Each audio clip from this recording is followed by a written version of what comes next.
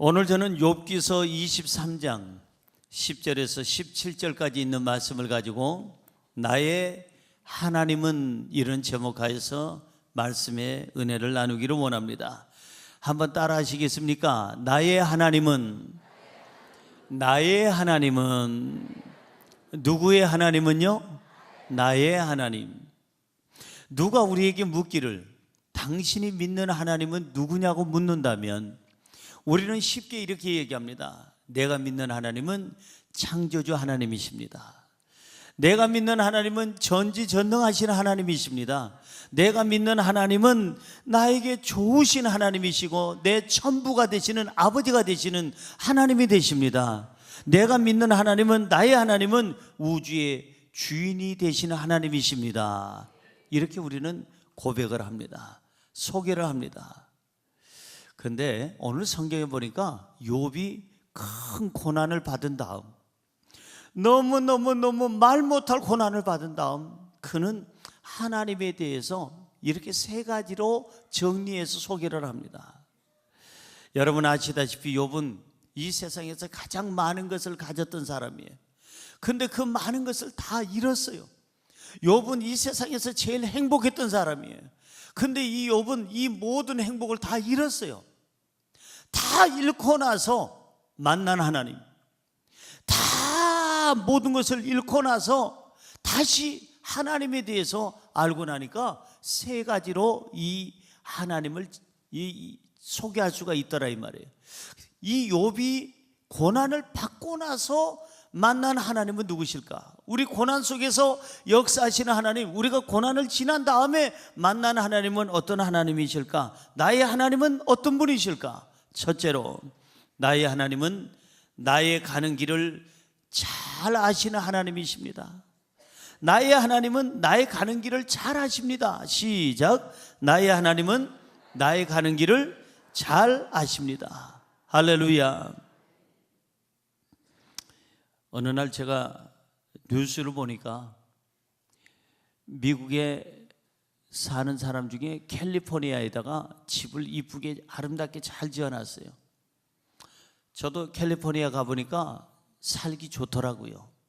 거기는 날씨도 온화하고 따뜻하고, 그리고 모든 풍광이 좋고 너무 자연이 잘 돼 있고, 그 다음에 수목이 우거져 있고. 그래서 이 사람이 평생 돈을 벌어가지고 캘리포니아에 아주 그 산장들이 있는, 별장들이 있는 곳에서 사는 게 자기 꿈이라 꿈을 이뤘어요. 너무너무 평생 모았던 그 돈을, 뼈 빠지게 모았던 그 돈을 모아가지고 캘리포니아에 아주 풍광이 좋은 곳에다가 아름다운 집을 잘 지어놨는데 캘리포니아에 큰 산불이 일어났습니다.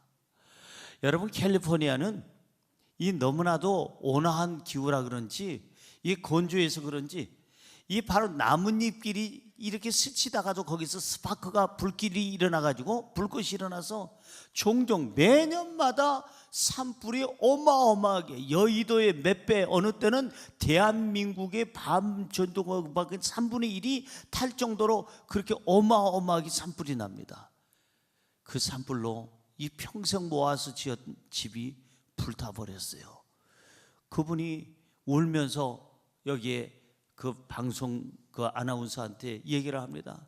자기는 이제 어떻게 살아야 될지, 모든 희망을 거기다 걸었는데 자기 모든 젊었을 때부터 모았던 그 돈과 모든 것을 다 거기다 쏟았는데 자기는 이제 어떻게 살아야 될지 모르겠다고 합니다. 여러분, 이게 인생이에요. 한치 앞을 못 봐요. 내가 불행할지 행복할지 건강할지 아니면은 건강이 안 좋을지, 언제 이 세상을 떠날지 이 욥은 몰랐다 이 말이에요. 지금 죽음의 일보 직전에 있어요. 내일 일을 아무도 몰라요. 아니 5분 뒤에 일어날 일도 몰라요. 우리 인생은요 누구도 모릅니다. 오늘 성경 야고보서 4장 14절은 이렇게 얘기합니다. 시작. 내일 일을 너희가 알지 못하는도다. 너희 생명이 무엇이냐? 너희는 잠깐 보이다가 없어지는 안개니라. 내일 일을 우리는 알 수가 없어요. 그래서 하루하루 우리가 살아가는 것도 급급해.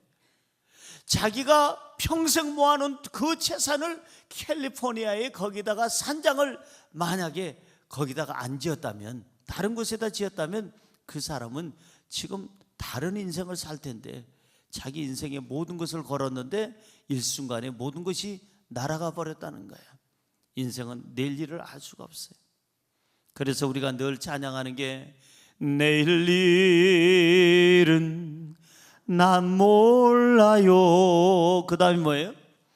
하루 하루 살아요. 그 다음에는요, 불행이나 여행함도 내 뜻대로 못해요. 맞아요. 우리는 불행이나 요행함도, 건강이나 질병도, 내가 즐거움이나 낙심이나 이 모든 것도 내 마음대로 할 수가 없어요. 내일 일을 너희는 알지 못하는도다. 인생이니까, 하나님이 아니니까 몰라요. 너희 생명이 무엇이냐? 잠시 있다가 사라지는, 없어지는 안개와 같다고 야고보서 4장 14절은 말씀하고 있습니다. 그럼 내일 일은 무당은 알까요? 아니, 정치하는 사람들이 총선만 되면, 대선만 되면, 국회의원 선거 때가 되면, 대통령 선거 때가 되면 무당한테 있는 대로 돈을 싸가지고 갖다 주면서 미아리 고기를 찾아. 그래, 거기 가지고 흰 깃발, 빨간 깃발, 니리끼리한 깃발, 흰 깃발이 너무 오랫동안 세워놨더니 그 다음에 나중에 색깔이 바래가지고 그냥 나중에는 아이보리 색깔이 됐어. 그런데 가가지고 돈 그냥 있는 대로 싸들고 가서, 대통령 이번에 내가 되겠습니까? 안 되겠습니까? 국회의원 되겠습니까? 안 되겠습니까? 내 아들이 지금 대학에 들어가겠습니까? 안 들어가겠습니까? 우리 딸이 시집 가겠습니까? 안 가겠습니까? 내 사업이 잘 될 겁니까? 안 망할 겁니까? 어떻게 해야 되겠습니까? 무당이 그걸 알면 무당을 하겠느냐 이 말이에요. 아이고 답답해. 생각해봐요. 아니, 남의 인생 내일 일을 다 점쳐줄 정도로 그 유명하고 능력 있으면 뭐하라고 미아리 고기에서 깃대 이빨 꽂고 앉았어. 자기가 잘 먹고 잘 살지. 여러분, 무당은 우리 미래를 절대 알 수가 없습니다. 귀신과 무당이든 어떤 구술하는 사람이든 과거는 알 수가 있어요. 지나간 거는. 돌아올 미래는 하나님 외에는 알 분이 없는 줄로 믿습니다. 내 후배 목사님이 20년 전에 죽어갔어요. 그래서 여의도 성모병원에서 이 사람 끝났습니다. 이 목사님 끝났습니다. 장례 치릅시다. 근데 그분이요, 살아가지고, 의사는 장례 치르라고 그랬는데 살아가지고 지지난주도 외국에서 복음 전하고 돌아왔다고 맨날 저한테 카톡 보내는 목사님이 계세요. 여러분, 장로교에서 유명한 인천의 그 모 목사님은, 여러분, 의사가 그러더래요. 이거 죽었네? 이거라고 그러더래, 자기한테. 그러니까 죽은 줄 알고, 이거 죽었네? 그래가지고 가족들을 불러놓고 이거 장례 치르라고 그러대. 이거 저거 했대. 사람이요, 마지막까지 남는 게 귀례입니다. 그러니까 절대 환자 앞에서요, 여러분, 그 부정적인 말 하면 안 돼요. 비신앙적인 말 하면 안 돼요. 환자 앞에서 거의 이제 의식이 없다고 옆에 가가지고, 이 원수야, 내가 네 때문에 내가 인생 정말 힘들었다, 이 원수야. 아이고 불쌍도 하지. 그 원수 살아나면 원수짓 합니다. 그러니까 절대 여러분, 귀는 끝까지 남아있으니까 함부로 원수야 뭐라 얘기하지 말아요. 그 원수 살아난다니까. 그런데 그 유명한 인천의 그 장로님이, 그 장로교 목사님이 세상에 이거 죽었네? 의사가 그랬는데 죽었겠어요? 살았겠어요? 살았으니까 내가 이 얘기를 하는 거예요. 그분이 살아가지고 지금 그냥 은퇴할 때까지 열심히 목회하다가 얼마 전에 은퇴했어요. 우리의 내일을 의사가 할 수 있느냐? 몰라요. 무당이 할 수 있느냐? 몰라요. 우리 가는 길을 여러분, 판사가 아느냐, 검사가 아느냐? 몰라요. 선생님이 아느냐? 몰라요. 정치인도 몰라요. CEO도 몰라요. 우리 부모도 몰라요. 아무도 몰라요. 우리의 가는 길은 창조주 하나님만 알고 계시는 줄로 믿습니다. 욥이 죽을지 살지, 욥이 회복이 될지 좌절할지, 욥이 여기서 끝날지 아니면 미래가 보장이 될지는 아무도 모르지만 하나님은 나의 가는 길을 아시나니. 할렐루야. 욥은 고난을 통해서 그걸 깨달은 거예요. 하나님만이 나의 가는 길을 아신다. 지금까지는 내가 잘나서 이렇게 잘 되는 줄 알았어. 종들이 이렇게 많고 물질이 이렇게 많고 토지가 많고 집도 잘 지어놓고 10명이나 되는 자녀들을 키우면서 다복하게 살고 사람들에게 박수받고 존경받고 내가 잘나서 내 인생 사는 줄 알았는데, 진짜 이 고난을 통해서 하나님이 누구냐고 묻는다면 욥은 이렇게 고백합니다. 나의 길을 아는 분은 하나님뿐이십니다. 내가 죽을지 살지는 하나님만 아시고, 내가 일어설지 여기서 끝날지는 하나님만 아시고, 이 병에서 회복이 될지 아니면 이 병으로 끝날지는 하나님만 아십니다. 나의 길을 아시는 분은 하나님밖에 없습니다. 사랑하는 성도 여러분, 그렇기에 우리 인생은 아무도 모르고 하나님만 안다면 우리가 내일 일을 자랑해서는 안 되는 거예요. 성경 잠언서 27장 1절은 이렇게 말씀합니다. 시작. 너는 내일 일을 자랑하지 말라. 하루 동안에 무슨 일이 일어날는지 너가 알 수 없음이니라. 너희 인생들아, 내일 일을 자랑하지 말래. 자랑하지 말래. 왜? 하루 동안에, 한 달 동안도 아니고 1년 동안도 아니고 일주일 동안도 아니고 하루 동안에 무슨 일이 날는지 내가 알 수 없습니다. 하루살이가요, 고맙게도 나비하고 몇 시간 동안 데이트를 했어요. 이 하루살이가 나비한테 고마워하는 거야. 나비야 고마워. 너밖에 없어. 나하고 놀아주는 새들이 없어. 지도 새인 줄 알아. 하루살이가 지도 이제 날개를 가지고 나니까 새인 줄 알고 까치도 나하고 안 놀아주고, 저 독수리는 더더군다나 저 부리부리한 눈을 가지고 째려보면서 죽일 것처럼 해서 내가 곁에 갈 수도 없고, 근데 다 외면한데 나비야 너 혼자만 나를 이렇게 인정해주고 나하고 따뜻한 시간 가져줘서 고마워. 나비야 내일 봐. 그랬어요. 내일 받겠어요 안 받겠어요? 왜 못 받겠어요? 하루살이니까. 잘 아시네.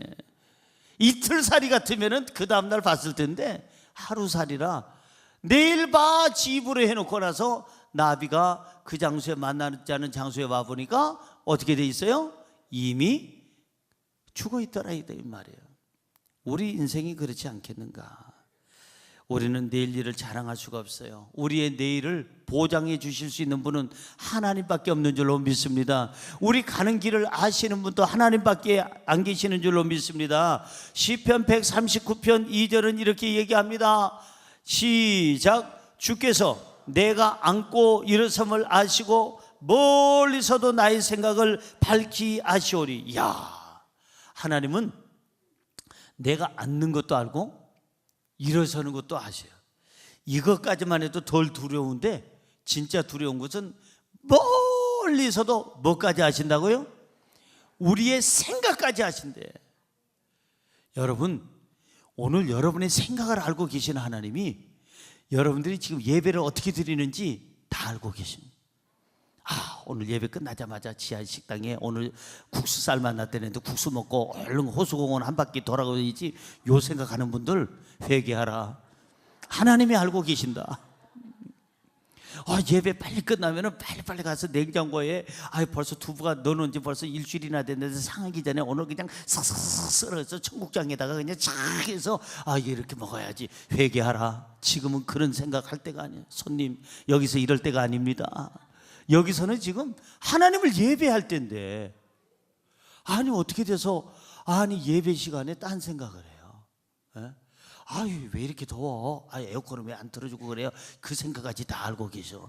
다 알아서 틀어주시니까 걱정하지 말고. 사랑하는 성도 여러분, 그래서 하나님이 두려운 거예요. 내 생각까지도 아세요. 여러분, 우리 남편이 내 생각 알아요? 몰라요. 속으로 왼수라고 생각하든 천사라고 생각하든 몰라. 아내가 내 생각을 알아요? 몰라요. 아무도 모르는데 내 생각까지 아시는 분이 딱 한 분 계시는데 그분이 누구예요? 창조주 하나님. 그 하나님이 우리의 어디에서 와서 왜 살며 어디로 가는 것을 다 아시고 길이요 진리요 생명이 되시는 예수님만이 우리의 삶의 길을 안전하게 인도하시는 줄로 믿습니다. 고난 받기 전에는 욥처럼 우리도 교만했어요. 내가 잘나서 잘 되는 줄 알았어. 그래서 내 인생은 탄탄대로를 걷는다고 생각했어요. 욥이 그랬거든요. 그러나 터지고 나니까, 다 잃고 나니까 내가 내 인생을 살아가는 것이 아니구나. 내가 아무리 계획을 많이 갖고 있을지라도 내 걸음을 인도하시는 분은 누구라고요? 하나님이세요. 이 욥이 지금 여기서 죽느냐 사느냐는 욥에게 달려있진 아니하고 욥을 만드신 하나님께 있다 이 말이에요. 고로 저와 여러분들이 알아야 될 것은 내 발걸음은 내 힘으로 가는 것이 아니라 하나님이 인도하셔야 내가 숨 쉴 수 있고 내가 앞으로 나갈 수 있는 줄로 믿습니다. 욥은 자신이 갖고 있던 모든 재물을 다 잃었어요. 그 10남매나 되는 10남매를 다 잃었어요. 자녀들을 잃었어요. 모든 종들과 노비들을 다 잃었고 자기 건강까지 다 잃었어요. 오늘 죽을지 내일 죽을지 몰라요. 이 사람이 삶의 기회가 올지 안 올지 몰라요. 그런데 하나님만 아신다고 고백한 거예요. 욥은 오늘 고백합니다. 이 어려운 환경에서 지금 죽느냐 사느냐 하는 그런 기로에서 이렇게 고백합니다. 10절 상반절을 보세요. 뭐라고 써 있어요? 그러나 내가 가는 길을 그가 아시나니. 내가 가는 길은 나는 몰라. 내가 여기서 주저앉을지 일어설지, 내 삶의 기회가 될지 여기서 끝날지, 지금까지는 잘 살아왔는데 여기서는 어떻게 될런지 그건 나는 몰라. 그런데 내 가는 길을 아는 분이 한 분 계시는데 그분이 하나님인 줄로 믿습니다. 자, 그렇다면 인생에 죽고 사는 것을 아시는 분이 하나님이고 우리 삶의 불행과 행복도 아시는 분이 하나님이시고 내 삶에 불통이 있을 것이냐 형통이 있을 것이냐 그것을 아시는 분이 하나님이라면 우리는 하나님 앞에서 어떻게 해야 될까? 맡겨라 이 말이에요. 뭐하라? 하나님께 맡기라는 거야. 내가 고민해봐야 내 인생의 길이 이렇게 갈게 이렇게 오지는 않아요. 그러니까 내 인생의 길을 알고 인도하시는 하나님께 뭐하라? 맡겨라. 믿음이란 뭐예요? 피스토라는 말이에요. 헬라어로 피스토라는 이 믿음이라는 말은 하나님께 맡긴다 그 말이에요. 오늘 맡기고 가시기를 주님의 이름으로 축원합니다. 내가 가지고 내가 하려니까 피곤하고 스트레스 받고 마음에 평안함이 없고 죽을 맛이에요. 내가 능력도 없는데 내가 어떻게 내 병을 내가 이겨내고 내 환경을 내가 어떻게 이겨내고 내 사업과 직장에서 내가 어떻게 내 삶의 어떤 행복과 불행을 내가 어떻게 만들고 없앨 수 있어요? 나는 할 수 없어요. 할 수 있는 분 창조주 하나님 앞에 맡기시기를 주의 이름으로 축원합니다. 시편 55편 22절은 이렇게 말씀합니다. 시작. 너의 짐을 여호와께 맡기라. 그가 너를 붙드시고 의인의 요동함을 영원히 허락하지 아니하시리로다. 인생의 짐을 하나님께 맡기시기 바랍니다. 하나님께서 해결해 주실 줄로 믿습니다. 질병의 고난을 하나님께 맡기시기 바랍니다. 하나님께서 치료해 주실 줄로 믿습니다. 인생의 슬픔도 하나님께 맡기시기 바랍니다. 하나님이 위로해 주실 줄로 믿습니다. 인생의 내일도 하나님께 맡기시기 바랍니다. 내일의 길을 열어주실 줄로 믿습니다. 맡기고 살면 평안합니다. 맡기고 살면 스트레스가 없습니다. 맡기고 살면 하나님이 책임져 주십니다. 맡기고 사시기를 주의 이름으로 축원합니다. 두 번째로 나의 하나님은 나를 단련하십니다. 시작. 나의 하나님은 나를 단련하십니다. 그래요. 나의 하나님은 나를 단련시켜 주시는 하나님이세요. 며칠 전에 우리 장로님, 안수집사님 몇몇 분하고 식사를 같이 하다가 남자들은 모이면 무슨 얘기하죠? 군대 얘기해요. 난 제일 싫은 게 그거야. 왜냐하면 군대를 제가 못 갔잖아요. 그래서 저는 못 갔는지 갔는지는 모르겠는데 어쨌든 그 군대 간 그 날짜에 그 전날 이발소를 갔더니 봉천, 팔동 이발소가 다 문 닫았어요. 봉천동을 다 뒤져도 문 닫았어요. 왜냐하면 그 당시에는 이발소들이 예를 들어서 수요일이면 수요일, 목요일이면 목요일 일시에 다 문 닫아요. 쉬어요. 지금 뭐 수요일 날 이마트 쉬고 뭐 홈플러스 쉬고 하듯이 그렇게 그걸 모르고 세상에 내일 입대하니까 미리 깎으려다가 미리 깎으면 애들 말마다 뭐가 팔리잖아요.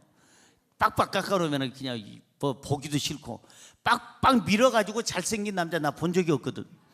그래서 그 전날 갔는데 세상에 전부 다 문 닫았어 이발소. 근데 한 집은 그 안채가 그 안에 있어요. 이발소 안채가 살림집이 있어요. 막 두들겼습니다. 아저씨 문 열어주세요. 사장님 문 좀 열어주세요. 그래서 사장이 나왔어요. 이발소 주인이 나와가지고 왜 그러냐고. 내가 이만저만해서 내일 군대를 가야 되는데 이 긴 머리 장발을 하고 갔다간 첫날부터 터지는 역사가 있어서 안 되겠기에 제발 좀 나 좀 깎아다. 오늘 쉬는 날이라 안 된다고. 쉬지만은 여기 기왕 문 열었으니까 좀 해주 달라고. 안 한다고 하는 거. 2배 줄 테니까 2배 약해가지고 나를 깎아줬어요. 그 다음날 아침에 이제 군대 간다고 갔자는 거예요. 우리 어머니는 울고불고 야단났어. 어떡하냐, 너 군대 보내고 나 어떻게 사냐, 막 울고불고 야단났어. 옛날 어머니들은 그랬잖아요. 요즘에는 야 빨리 안 가냐 이벤수야 이러는데 옛날 어머니들은 그렇게 군대 간다면 울고불고 그랬어. 군대를 가서 그 열차 탄다고 앉아 있는데 앉아, 야 일어서, 앉아. 이 기아 빨아, 니네들 열차 타면 죽는다 그랬더니 그냥 소리가 커져. 한참 열차 기다리면서 앉아 일어서라 하고 있는데 신성남 그래요. 내 이름은 아니겠지. 다시 신성남 그래요. 예, 나오래. 나왔더니 네가 신성남이냐? 예, 제가 신성남입니다. 집에 가서 해봐. 그래서 알고 보니까 네가 군대 가면 홀로 계시는 어머니가 어떻게 사냐? 직업도 없는데. 너 누나들 넷은 다 시집 갔는데 누가 네 동생들 책임지냐? 그러니까 네 가정을 돌볼 수 있는 사람은 너밖에 없는데 너희 아버지는 세상 떠났고 그러니까 너밖에 없는데 네가 군대가 있는 3년 동안에 네 가족들은 어떻게 하냐? 방치되면 되겠냐? 그러니까 네 가서 가족들을 돌봐라. 그래가지고 돌아왔어요. 돌아오는데 우리 어머니는 지금 막 그냥 집에서 골방에서 기도하고 있습니다. 아버지 하나님, 우리 아들 군대가 나는 어떻게 살라고 막 기도해요. 어머니 저 왔어 했더니 아니 기도는 우리 아들 돌아오게 하여 주시옵소서 해놓고 돌아왔더니 기절을 하는 거예요. 돌아오게 해달라고 기도해놓고 진짜 돌아왔더니 세상에 기절을 어떻게 왔느냐고. 자기는 기도할 때 돌아오게 해달라고 기도해놓고 돌아왔더니 어떻게 왔냐? 우리가 그렇다예요. 우리가 기도는 그렇게 해놓고 그럴 때가 있어요. 그래서 저는 군대를 갔는지 안 갔는지 솔직히 얘기하면 안 간 거죠. 아예 군대 맛도 못 본 거죠. 그 얘기를 하니까 앞에 있는 안수 집사님이 밥 먹다 말고 저는 그래도 목사님보다는 낫습니다. 저는 용산 훈련소로 갔습니다. 무슨 얘기입니까? 용산 훈련소 갔는데 몸이 좀 안 좋았는지 중간에 용산 훈련소에서 집으로 돌아왔대요. 가라고 그래서. 그래서 제가 아주 궁금해졌어요. 나는 군대 안 간 건 분명한데 논산 훈련소에 간 이분이 갔다가 돌아왔는데 이분은 군인이요 아니요? 군대 간 거예요 안 간 거예요? 난 그것이 알고 싶어. 여러분이 대답을 잘하시네. 안 간겨. 군대가 군인이 아닌겨. 훈련을 마쳐야 군인인 거야. 사랑하는 성도 여러분, 오늘 본문 말씀 10절 중반절은 이렇게 얘기합니다. 그가 나를 단련하신 후에. 단련이라는 말이 있어요. 그러니까 군인은 단련 받아야 군인이고 훈련을 받아야 군인인 거예요. 이 단련이라는 말은 히브리 말로 바한이라는 말입니다. 바한이라고 하는 이 단련이라는 뜻은 뭐냐면은 이 바로 이제 어떤 그 금속 같은 것을 시험해 보고 다듬어보고 두들겨보고 확인해보고 만져보고 이것을 정리해보고 불로 지지고 뭐 해서 어떤 형태를 잘 만들어서 두들겨가지고 단단하게 제대로 모양을 만드는 것을 단련이라고 이렇게 얘기합니다.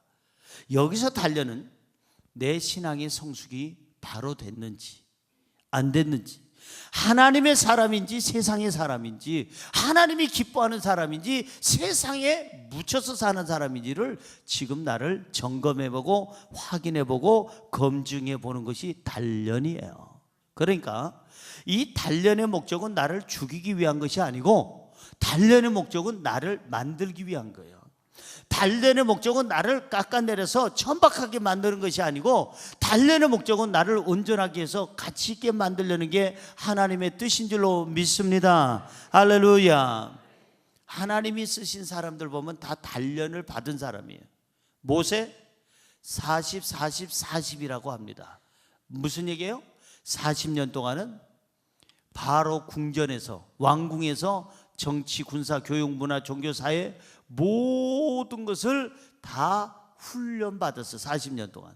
그 다음 그거 가지고, 세상적인 거 가지고 안 돼서 하나님이 그를 불러내서 광야에서, 외로운 곳에서 영성의 훈련을 40년을 받게 했어요. 하나님이 직접 그를 훈련시켰어요. 그리고 마지막 40년은 이스라엘 백성들과 함께 고난을 같이 하고 이스라엘 백성들을 애굽에서 꺼내서 출애굽시키는 거, 이 이스라엘의 지도자로서 40년을 살게 하신 거예요. 다윗도 여러분 왕으로 기름 부음을 어렸을 때 받자마자 왕이 된 거 아닙니다. 수많은 고난과 역경과 괴로움이 있었고 죽음의 위기가 있었어요. 그것을 통과해서 단련을 충분히 받아서 신앙의 검증이 되고 하나님 앞에 검증이 되고 사람들한테 검증이 된 다음에 이스라엘의 두 번째 왕이 된 줄로 믿습니다. 단련 받을 때는 다 싫어해요. 훈련 받을 때는 다 싫어해요. 태릉 선수촌이 이제 다른 데로 지금 옮겨가고 있습니다만은 태릉 선수촌에 있는 선수들한테 제가 물었어요. 당신이 제일 힘든 게 뭐냐 그랬더니 훈련 받는 게 제일 힘들대요. 진짜 정말 어느 때는 여기를 벗어나고 싶을 생각이 너무나도 많다는 거예요. 너무 힘들어서, 훈련이 너무 힘들어서. 여러분 그 스케이팅 하는 그런 선수들 허벅지를 보세요. 제 허벅지 2-3개 정도 됩니다. 어마어마하게 단단합니다. 왜? 그 정도로 훈련과 단련을 받은 거예요. 거기 있는 많은 스포츠를 지금 연마하는 사람들 보세요. 죽을 지경으로 고생을 합니다. 단련은 누구나가 싫어합니다. 그러나 하나님은 모세를, 다윗을, 아니 하나님의 종들을 모두 다 단련시킨 다음에 신앙을 검증하고 바로 만든 다음에 하나님이 쓰신 줄로 믿습니다. 하나님께서 우리를 단련시키는 이유가 뭡니까? 우리를 존귀하게 만들기 위해서 단련시키는 줄로 믿습니다. 하나님이 우리를 단련시키는 이유가 뭡니까? 더 강하고 더 담대하고 더 말씀과 성령으로 충만하고 더 하나님 말씀에 순종하라고, 진짜 그리스도인이 되라고 하나님께서는 우리를 단련시켜 주시는 줄로 믿습니다. 옆에 분에게 인사할까요? 단련을 잘 받으시기 바랍니다. 훈련을 잘 통과하시기 바랍니다. 아멘. 욥이 단련 받은 다음에 달라진 거 6가지가 있습니다. 이 고난을 받은 다음에 욥은 6가지가 달라졌어요. 간단히 설명하면, 첫째, 하나님께서 원하시는 길을 따랐어요. 본문 11절에 그렇게 써 있습니다. 시작. 내 발이 그의 걸음을 바로 따랐으며 내가 그의 길을 지켜 치우치지 아니하였고. 그래서 이 연단, 고난, 이 모든 단련을 통해서 이 욥이 하나 깨달은 것 중에 하나가 뭐냐 하면은, 나는 하나님께서 원하는 길만 따르겠다. 두 번째는 하나님의 명령을 어기지 않고 하나님의 말씀을 귀하게 여기게 됐어요. 자, 12절 볼까요? 12절 시작. 내가 그의 입술의 명령을 어기지 아니하고 정한 음식보다 그의 입의 말씀을 귀히 여겼도다. 이게 달라진 거예요. 욥이 단련받고 훈련받고 고난받고 나니까 옛날에는 자기 뜻, 자기 생각이 먼저였는데 하나님의 명령을 어기지 않게 됐고 하나님의 말씀을 귀찮게 여기지 아니하고 소중히 여기게 됐어요. 그 다음에 세 번째가 뭐냐? 하나님의 뜻을 찾으려고 노력하게 됐어요. 옛날에는 하나님의 뜻과 상관없이 내 뜻대로 살았다면 고난, 연단, 단련을 받은 다음에는 하나님 뜻부터 찾는 거예요. 하나님의 뜻인가 아닌가. 성경 본문 13절입니다. 시작. 그는 뜻이 일정하시니 누가 능히 돌이키랴. 그의 마음에 하고자 하시는 것이면 그것을 행하시나니. 보세요. 하나님의 뜻을 먼저 생각하고 찾으려고 해요. 네 번째, 자신의 뜻보다 하나님의 뜻대로 된다는 것을 늦게 알게 된 거예요. 그러니까 지금까지는 내 뜻대로 된 것처럼, 내 인생이 내 뜻대로 만들어진 것처럼 생각했는데 연단받고 훈련받고 나서, 단련받고 나서는 보니까 절대로 내 뜻대로 되는 게 아니라 하나님 뜻대로 내 인생이 된다는 것을 깨닫게 된 거예요. 14절 보세요. 시작. 그런즉 내게 작정하신 것을 이루실 것이라. 이런 일이 그에게 많이 있느니라. 그러니까 내가 작정하는 게 아니라 하나님이 내 삶에 작정하신 것이 계시는데 하나님이 작정한 대로, 하나님 뜻대로 모든 것이 된다. 다섯 번째, 하나님을 두려워하면서 섬기게 됐습니다. 여러분, 한 번씩 이렇게 연단을 받아야 하나님을 두려워해요. 한번 깊이 한번 터져봐야, 아이고 하나님 무서워요. 그러고 나서 하나님 앞에 하나님을 두려워해야 딴짓을 못해요. 악한 짓을 못하고 죄짓지 아니하고 세상 쾌락 따라가지 않습니다. 자, 15절 보세요. 15절 시작. 그러므로 내가 그 앞에서 떨며 지각을 얻어 그를 두려워하리라. 하나님을 두려워해야 탈선하질 않아요. 하나님을 두려워해야 딴짓하질 못해요. 악한 짓을 못해요. 죄짓질 않아요. 하나님을 두려워하시기를 주의 이름으로 축원합니다. 여섯 번째가 뭘까? 욥이 고난을 통해서 달라진 거 여섯 번째는 자신의 약함을 깨달았어요. 나는 인간이구나.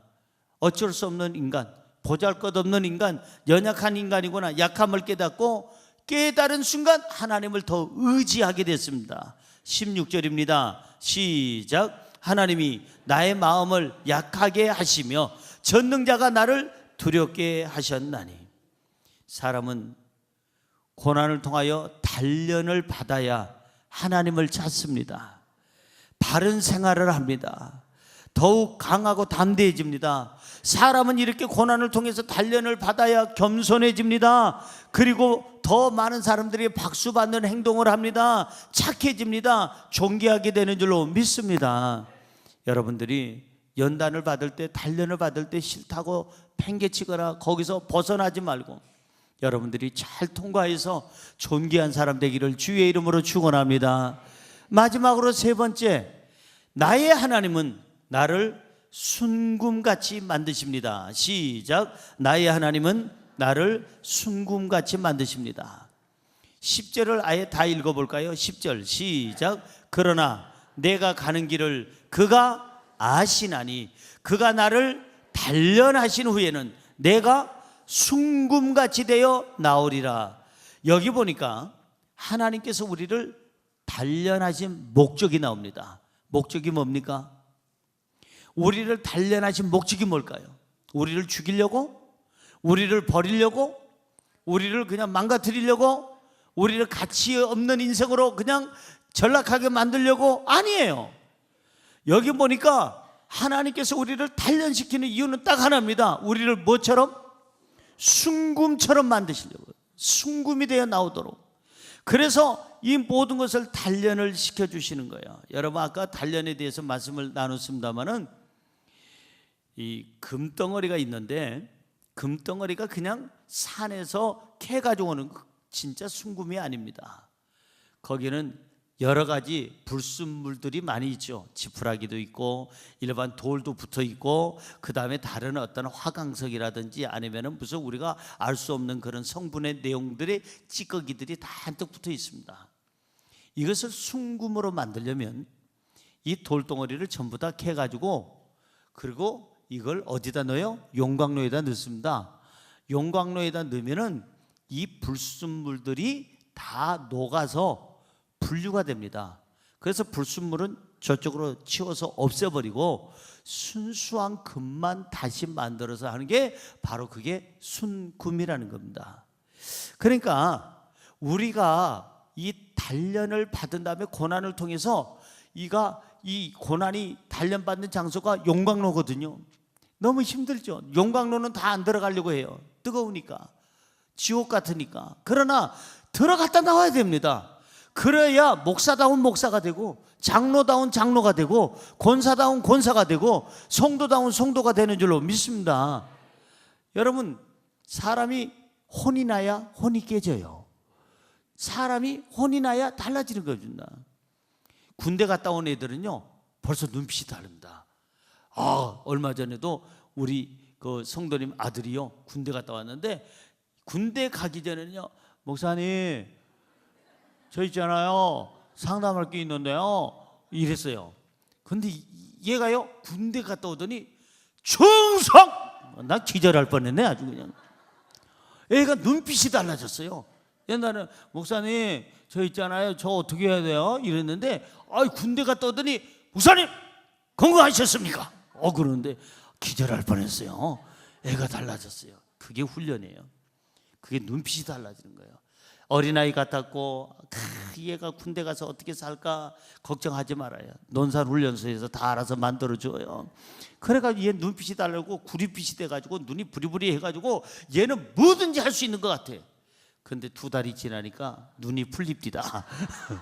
2달이 지나니까 훈련받은 것이 어디로 가고, 그걸 군기가 빠졌다는 거예요. 군대 제대했으니까 군기가 빠진 거예요.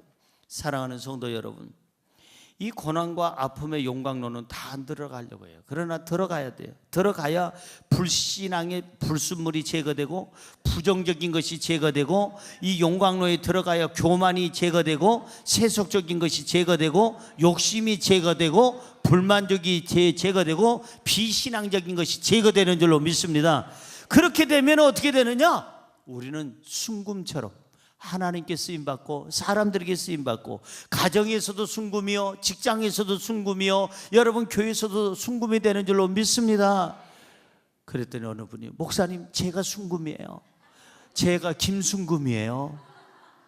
이름만 순금이면 뭐해? 진짜 순금다운 순금이 돼야지.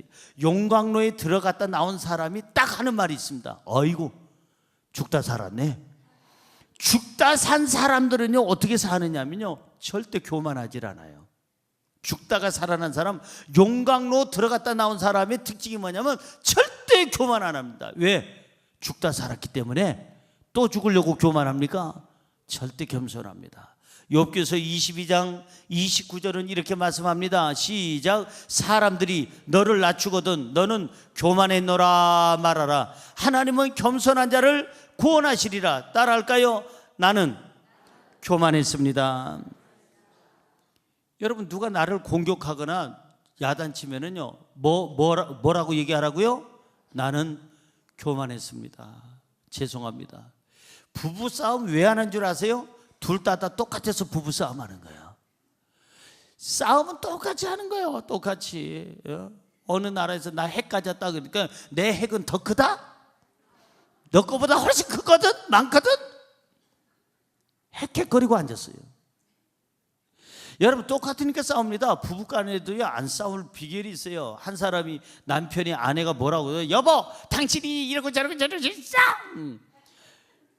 여러분, 여자에게는 하나님께서요, 언변의 능력을 줬어요. 그러니까 말싸움에서 이기려면 치마 입고 하세요. 절대 바지 입고 남자들 그 말싸움에서 여자한테 이기려고 하지 말고. 그래서 하나님께서는 체력적으로 여자를 약하게, 왜? 갈비뼈 하나니까. 온통이 잘 있다가 갈비뼈 하나만 없는 남자보다는 약하죠. 그러니까는 뭘로 이겨야 되느냐? 힘으로는 못 이기니까 뭘로? 입으로 이겨야 되는 거예요. 그래서 하나님께서는 여성들에게 언변의 능력을 줬어요. 절대 저는 저 집사람하고 말싸움 안 합니다. 저는 설교는 잘해도 말싸움은 못해요. 그래서 저는 절대적으로 제가 먼저 꼬리를 내립니다. 그냥 내가 교만했습니다. 그런데 부인이 덤벼듭니까? 아니, 남편이, 아내가 여보 내가 교만했어 미안해. 아내가 그러면 남편 그래 교만한 건 알아? 이러면서 따지면 그 남편은 조금 정신적으로 조금 뭔가 약을 좀 먹어야 돼요. 그 아내나 남편이 여보 내가 교만했어요 내가 미안해 한마디로 그냥 딱 꼬리를 내리면요 그래 알았어 내가 뭐라고 그래서 그러면서 지나가는 거예요. 그냥 똑같은 거는 서로 싸우니까 똑같은 거예요. 여러분 따라하십시다. 나는 교만했노라. 누가 나에 대해서 뭔가 시비 걸려고 하고 뭐 얘기하면은 이렇게 얘기하라는 거예요. 나는 교만했노라. 하나님은 겸손한 사람을 구원하시는 줄로 믿습니다. 자, 영광로에 들어갔다가 나온 사람의 두 번째 특징이 뭐냐면 자기의 무력함을 알아요.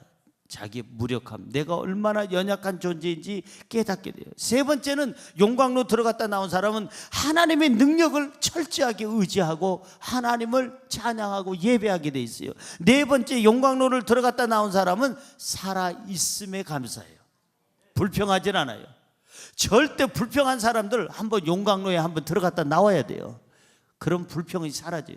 살아있다는 것만 해도 감사하고, 숨 쉬고 있다는 것만 해도 감사하고, 물을 마실 수 있다는 것만 해도 감사하고, 공기가 있다는 것만 해도 감사하고, 먹을 것이 있다는 것만 해도 감사하고. 그래서 욥기서 1장 22절은 이렇게 얘기합니다. 이 모든 일에 욥이 범죄하지 아니하고 하나님을 향하여 원망하지 아니하니라. 주신 이도 하나님이시요 거둬가신 이도 하나님이시고, 또한 내가 알몸으로 와서 알몸으로 가는데 내가 무엇을 불평하리까? 이것이 용광로 들어갔다 나온 사람의 고백인 줄로 믿습니다. 감사하세요. 뭐가 불평스러워요? 살았다는 것만 해도 감사해요. 지금 미세먼지가 너무나도 심한데 이 미세먼지 안에 뭐가 있는, 중금속이 막 들어있고 암을 유발하는 그러한 것들도 있고 별 이상의 폐질환을 일으키는 것들도 그렇게 많은데 집에다가 그냥 아무리 공기청정기 10대 개를 갖다 놔봐요. 밖에서 들어오는 그 미세먼지, 안에 있는 미세먼지, 여러분 살고 죽는 것은 하나님의 손에 있는 줄로 믿습니다. 고로 우리는 불평하지 말아요. 살아있다는 게 감사해요. 살아있음에 감사하고 살아있는 날에 그 순간에 감사와 사랑하면서 살아야 될 줄로 믿습니다. 용광로 들어갔다 나온 사람 다섯 번째 특징은 좋은 사람이 됩니다. 절대 용광로 들어갔다 나온 사람은요 나쁜 짓 안 합니다. 하나님을 두려워하기 때문에. 여섯 번째는 용광로 들어갔다 나온 사람은 참된 그리스도인이 됩니다. 제대로 된 정리가 다 돼서 지저분한 것들, 비신앙적인 거, 세속적인 거, 더럽고 추잡하고, 그 다음에 악한 거, 그 다음에 세상 쾌락적인 거, 욕심적인 거 다 용광로에서 다 그냥 녹아서 이걸 분리작업을 했기 때문에 하나님 앞에서나 사람 앞에서 정직하고 온전하고 믿음 있고 성령 충만하고 바르게 돼서 나오게 되는 줄로 믿습니다. 잊지 마세요. 욥은 고난을 통해서 만난 하나님, 이 용광로를 통해서 만난 하나님은 어떤 분이셨느냐? 우리의 고백이 돼야 되는데, 나의 하나님은 나의 길을 잘 아시는 하나님이시다. 나의 하나님은 나를 단련시키시는 하나님이시다. 나의 하나님은 나를 순금으로 만드시는 하나님이시다. 그 하나님을 찬양하기를 주의 이름으로 축원합니다. 기도하겠습니다. 하나님, 나의 나된 것은 다 하나님의 은혜라고 고백하게 하여 주옵소서. 이 땅에서 제일 많이 가졌고 제일 행복했고 제일 박수 받았던 욥도 일순간에 다 잃어 이제 죽음의 문턱까지 간 것을 우리가 보게 됩니다. 하나님, 우리 늘 항상 하나님 앞에서나 사람 앞에서 겸손하게 하여 주옵시고 교만하지 말게 하여 주옵시며, 뭐 좀 가졌다고, 권력을, 물질을 가졌다고 사람들에게 갑질하다가 지금 논란 속에 있는 사람들도 있습니다. 아버지요, 저희들 늘 첫째도 둘째도 셋째도 우리 연약함을 깨닫게 하여 주옵시고, 하나님 앞에서나 사람 앞에서 겸손하게 하여 주시고, 나의 길을 잘 아시는 하나님, 나를 단련하시는 하나님, 나를 순금같이 만드시는 하나님을 찬양하게 하여 주옵소서. 예수님의 이름으로 기도드리옵나이다. 아멘.